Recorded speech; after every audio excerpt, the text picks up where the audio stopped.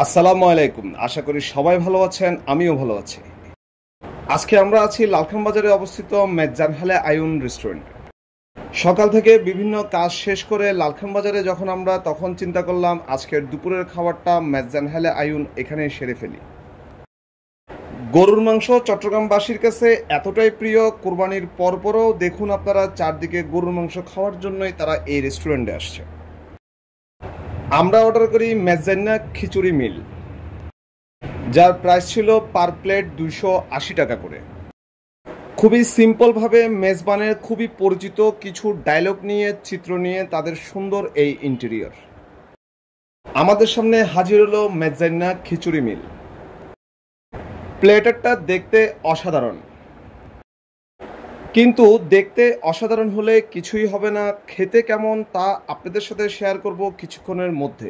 চলুন খাওয়া যাক আজকের মেজানহালে আয়ুনের এই মেজান্না খিচুড়ি মিলটা।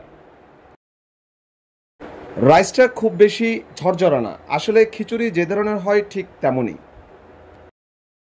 খিচুড়ির মহা সমুদ্রের মধ্যে আমি মাত্র 3 পিস মাংস খুঁজে পেলাম, তার ভিতরে 1 পিস হলো কলিজা।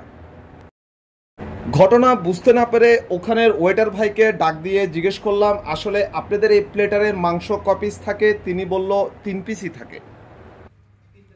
ভাবা যায় খিচুড়ির এই সমুদ্রের মধ্যে যদি 3 পিস মাংস থাকে তাহলে আমি এই সমুদ্র পরিমাণ খিচুড়িটা কিভাবে শেষ করব। 280 টাকা প্রাইস হিসাবে 3 পিস গরুর মাংস কতটুকু সামঞ্জস্যতা আছে আমার জানা নেই, আপনারা অবশ্যই কমেন্টসে আমাকে জানাবেন। আর যদি টেস্টের কথা বলতে যাই তাহলে অ্যাভারেজ কোয়ালিটি, খুব বেশি মজার না আবার কম মজারও না, মাঝামাঝি পর্যায়ে থাকবে। রেস্টুরেন্ট কর্তৃপক্ষের কাছে আমার ব্যক্তিগত অনুরোধ, মাংসের কোয়ান্টিটির বিষয়টা অবশ্যই দেখবেন। আসলে 280 টাকা দিয়ে এই প্লেটারটা আমার কাছে রিজনেবল মনে হয়নি। ওভারঅল বিহেভিয়ার, পরিবেশ সব কিছু চমৎকার ছিল। আজ তাহলে এ পর্যন্ত, আবারও আসবো নতুন কোনো ভিডিও নিয়ে। ততদিন চ্যানেলের সাথে থাকবেন, আমার জন্য দোয়া করবেন।